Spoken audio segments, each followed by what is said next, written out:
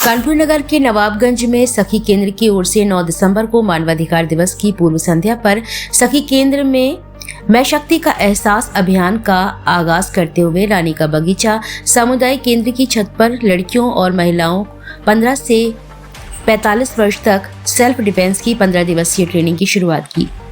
सखी केंद्र महिलाओं के ऊपर लगातार बढ़ रहे हिंसा व उत्पीड़न को रोकने के लिए जहां एक ओर उन्हें न्याय दिलाने की कोशिश में लगा है, वहीं दूसरी ओर यह निर्णय लिया कि कानपुर में एक साल में 5,000 लड़कियों और महिलाओं को सेल्फ डिफेंस की 15 दिन की ट्रेनिंग दिलाकर उन्हें मजबूत बनाने की कोशिश करेगा। सखी केंद्र की सशक्त टीम लगातार सभी तरह के भेदभाव रहित, हिंसा मुक्त एवं जेंडर इक्वेलिटी का माहौल बनाने के लिए लोगों को जागरूक कर रही है। इसी श्रृंखला में मैं शक्ति का एहसास अभियान के तहत एक वर्ष में 5,000 लड़कियों व महिलाओं को सेल्फ डिफेंस की तकनीकी ट्रेनिंग के साथ साथ उनमें हिम्मत भरते हुए सशक्त बनाने का एक प्रयास है, जिसमें नीलम चतुर्वेदी, महामंत्री सखी केंद्र एवं संस्थापक और भी अन्य सखियां मौजूद रहीं। हिंद नाउ टाइम्स मीडिया के जिला संवाददाता विकास सोनी की रिपोर्ट।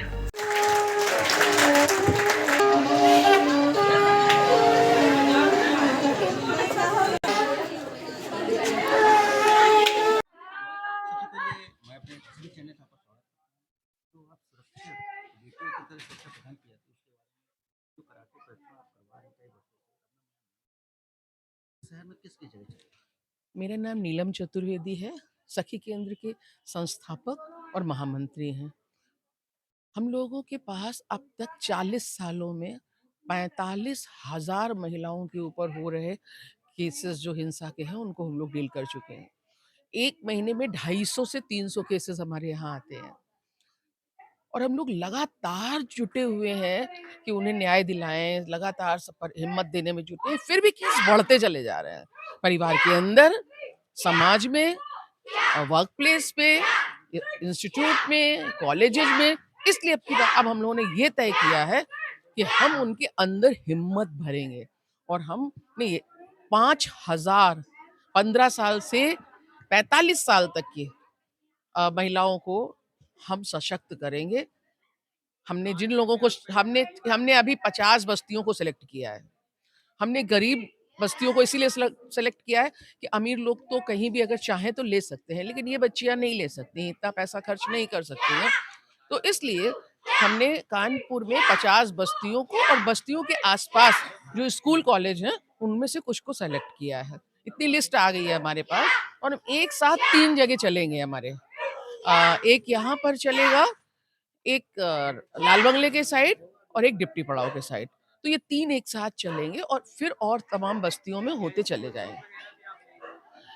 नहीं, इनसे तो हम लोग ₹10 ले रहे हैं रजिस्ट्रेशन शुल्क और वो ₹10 ₹25 का तो सर्टिफ़िकेट पड़ेगा, लेकिन ₹10 हम लोग सर्टिफ़िकेट मतलब रजिस्ट्रेशन का ले रहे हैं। इसके अलावा हम लोग कोई पैसा लेंगे, सवाल ही नहीं उठता है। इन बच्चियों को शायद वो ले हम लोगों ने 20 साल पहले बहुत बड़ी उसमें 3-3 महीने के कोर्स कराए थे और ये पार्क में कराए थे। ये विष्णुपुरी पार्क है, यहाँ भी कराया था, आज़ाद पार्क है, उसमें भी कराया था।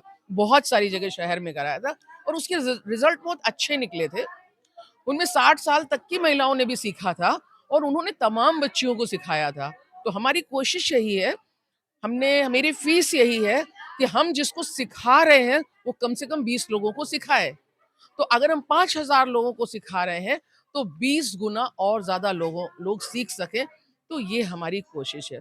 हमें लगता है कि कम से कम इतना महिलाओं के अंदर होना चाहिए कि आप किसी के ऊपर ज़ुल्म नहीं करें, लेकिन अगर आपके ऊपर कोई कर रहा है, तो आप उसको बर्दाश्त भी नहीं करें। अब की बार जो अपराध शाखा का अपराध एनडीएस के जो नियमित सरकारी संस्था है, महिला अपराध संघ है, उसमें कानपुर में महिलाओं पर ज़्यादा अपराध बढ़ा, उसके बारे में क्या कहेंगे? हम तो कह रहे हैं, पूरे हिंदुस्तान में अपराध बढ़ा है। बलात्कार के जितने केसेस रजिस्टर्ड होते हैं, वो 2% भी नहीं है। उससे बहुत मतलब हम ये कहेंगे 98% आते ही नहीं हैं।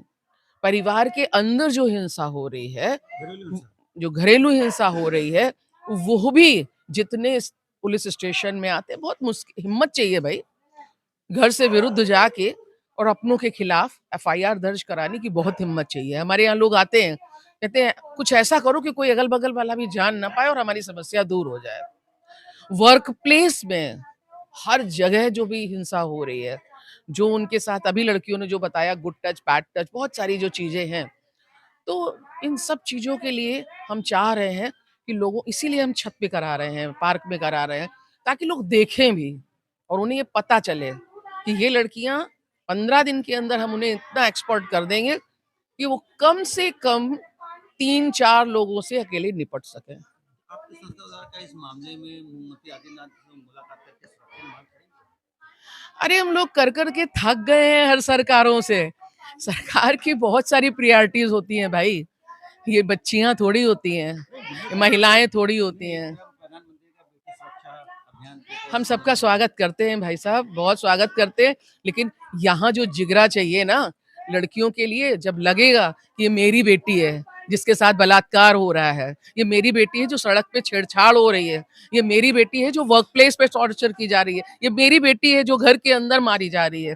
तो ये दर्द जब होता है व्यक्ति के अंदर, तब वो ऐसे बीड़ा उठाता है।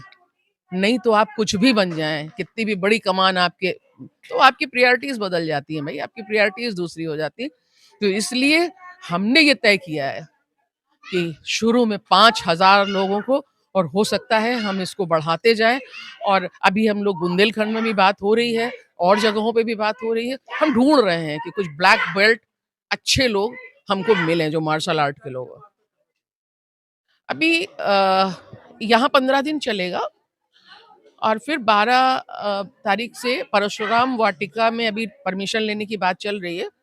तो वहाँ संतलाल हाता और एक हाता है, एक जगह है, वहाँ से 2 लोग बेनाजा और भट्टे से, वहाँ से आएँगे और शायद 13 से या 12 से हमारे वहाँ लाल बंगला साइड भी शुरू हो जाएगा और फिर डिप्टी प ऐसे सब शुरू रहेंगे, हम आप लोगों को बताते रहेंगे, आप लोग आते रहिए और बढ़ाते रहेंगे। शायद कुछ और लोगों को भी लगे कि हमें बच्चों को खाना देने के पढ़ाई का कराने से के साथ-साथ ये भी ज़रूरी है कि हम उन्हें सेल्फ डिफेंस सिखा सकें और उनके अंदर हिम्मत